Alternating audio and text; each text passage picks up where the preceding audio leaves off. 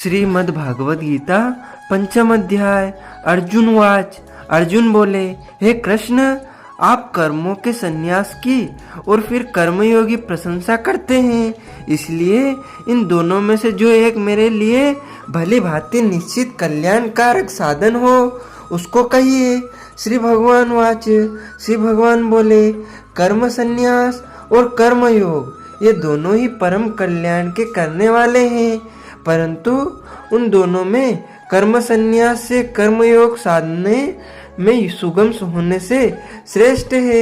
हे अर्जुन, जो पुरुष न किसी से द्वेष करता है और न किसी की आकांक्षा करता है, वह कर्मयोगी सदा सन्यासी ही समझने योग्य है, क्योंकि राग द्वेष आदि द्वंद्वों से रहित पुरुष सुखपूर्वक संसार बंधन से मुक्त हो जाता है। उपयुक्त संन्यास और कर्म योगों को मूर्ख लोग पृथक पृथक फल देने वाले कहते हैं, ना कि पंडित जन, क्योंकि दोनों में से एक में भी सम्यक प्रकार से स्थित पुरुष दोनों के फल रूप परमात्मा को प्राप्त होता है। ज्ञान योगियों द्वारा जो परम धाम प्राप्त किया जाता है, कर्म योगियों द्वारा भी वही प्राप्त किया जाता है। इसलिए जो पुरुष ज्ञान योग और कर्म योग को फल रूप में एक देखता है, वही यथार्थ देखता है।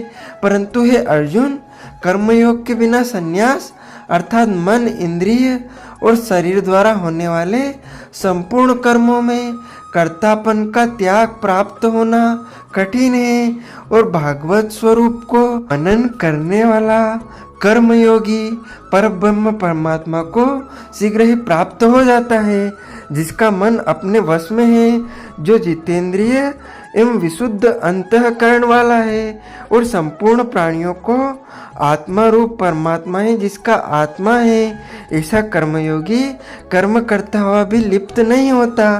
तत्व को जानने वाला सांख्य योगी तो देखता हुआ, सुनता हुआ, स्पर्श करता हुआ, सूंघता हुआ, भोजन करता हुआ, गमन करता हुआ, सोता हुआ, श्वास लेता हुआ, बोलता हुआ, त्यागता हुआ, ग्रहण करता हुआ तथा आँखों को खोलता और मूंदता हुआ भी सब इंद्रियां अपने अपने अर्थों में बरत रही है।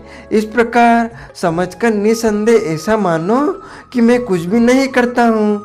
जो पुरुष सब कर्मों को परमात्मा में अर्पण करके और आसक्ति को त्याग कर कर्म करता है, वह पुरुष जल से कमल के पत्ते की भांति पाप से लिप्त नहीं होता। कर्मयोगी ममत्व बुद्धि रहित केवल इंद्रिय, मन, बुद्धि और शरीर द्वारा भी आसक्ति को त्याग कर अंतःकरण की शुद्धि के लिए कर्म करते हैं। कर्मयोगी कर्मों के फल का त्याग करके भागवत प्राप्ति स्वरूप शांति को प्राप्त होता है, और सकाम पुरुष कामना की प्रेरणाओं से फल में आसक्त होकर बांधता है। अंतःकरण जिसके वश में है, ऐसा सांख्य योग का आचरण करने वाला पुरुष न करता हुआ और न करवाता हुआ ही 9 द्वारों वाले शरीर रूप घर में सब कर्मों को मन से त्याग कर आनंद पूर्वक सच्चिदानंद घन परमात्मा के स्वरूप में स्थित रहता है। परमेश्वर मनुष्य के न तो कर्तापन की, न कर्मों की और न कर्मफल के संयोग की ही रचना करते हैं, किंतु स्वभाव ही बरत रहा है।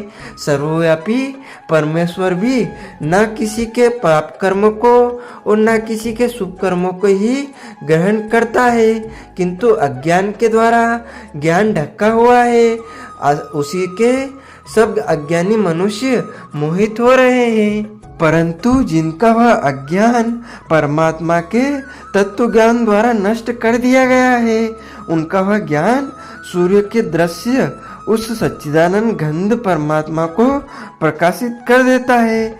जिनका मन दत्तरूप हो रहा है, जिनकी बुद्धि दत्तरूप हो रही है, और सच्चिदानंद घन परमात्मा ही जिनकी निरंतर एक ही भाव स्थित है, ऐसे तत्वपरायण पुरुष ज्ञान के द्वारा पाप रहित होकर अपुनर्वृत्ति को अर्थात परम गति को प्राप्त होते हैं। वे ज्ञानी जन विद्या और विनय युक्त ब्राह्मण में तथा गो, हाथी, कुत्ते और चंडाल में भी समदर्शी ही होते हैं। जिनका मन स्वभाव में स्थित है, उनके द्वारा इस जीवित अवस्था में भी संपूर्ण संसार जीत लिया गया है, क्योंकि सच्चिदानंद घन परमात्मा निर्दोष और सम है। इससे वे सच्चिदानंद घन परमात्मा में ही स्थित है। जो पुरुष प्रिय को प्राप्त होकर हर्षित नहीं हो और अप्रिय को प्राप्त होकर उद्विग्न न हो, वह स्थिर बुद्धि, संशय रहित ब्रह्मवेत्ता पुरुष सच्चिदानंद घन परमात्मा को एक ही भाव से नित्य स्थित है। 12 के विषयों में आसक्ति रहित अंतःकरण वाला साधक आत्मा में स्थित जो ध्यान जनित सात्विक आनंद है उसको प्राप्त होता है। तदंतर वह सच्चिदानंद घन परब्रह्म परमात्मा के ध्यान रूप और योग में अभिनव भाव से स्थित पुरुष अक्षय आनंद का अनुभव करता है, जो ये इंद्रिय तथा विषयों के संयोग से उत्पन्न होने वाले सब भोग है। यद्यपि विषयी पुरुषों को सुख रूप भासते हैं, तो भी दुख के ही हेतु है और आदि अंत वाले अर्थात अनित्य है। इसलिए है अर्जुन, बुद्धिमान विवेक पुरुष उनमें नहीं रमता।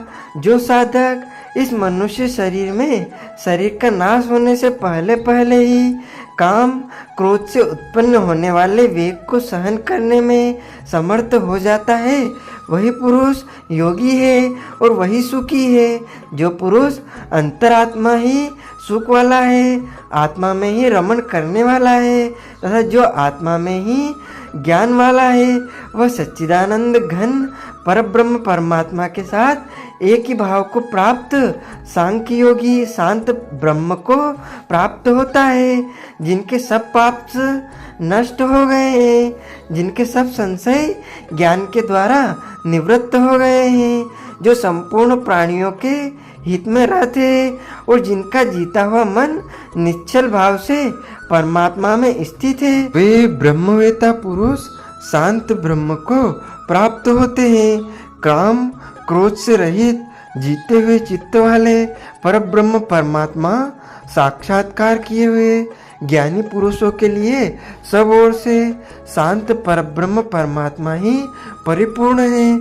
बाहर के विषय भोग को न चिंतन करता हुआ बाहर ही निकालकर और नेत्रों की दृष्टि को भ्रकुटी के बीच में स्थित करके तथा नासिका में विचारने वाले प्राण और अपान वायु को सम करके जिसकी इंद्रियां मन और बुद्धि जीती हुई है, ऐसा जो मोक्ष परायण मुनि इच्छा भय और क्रोध से रहित हो गया है, वह सदा मुक्त ही है।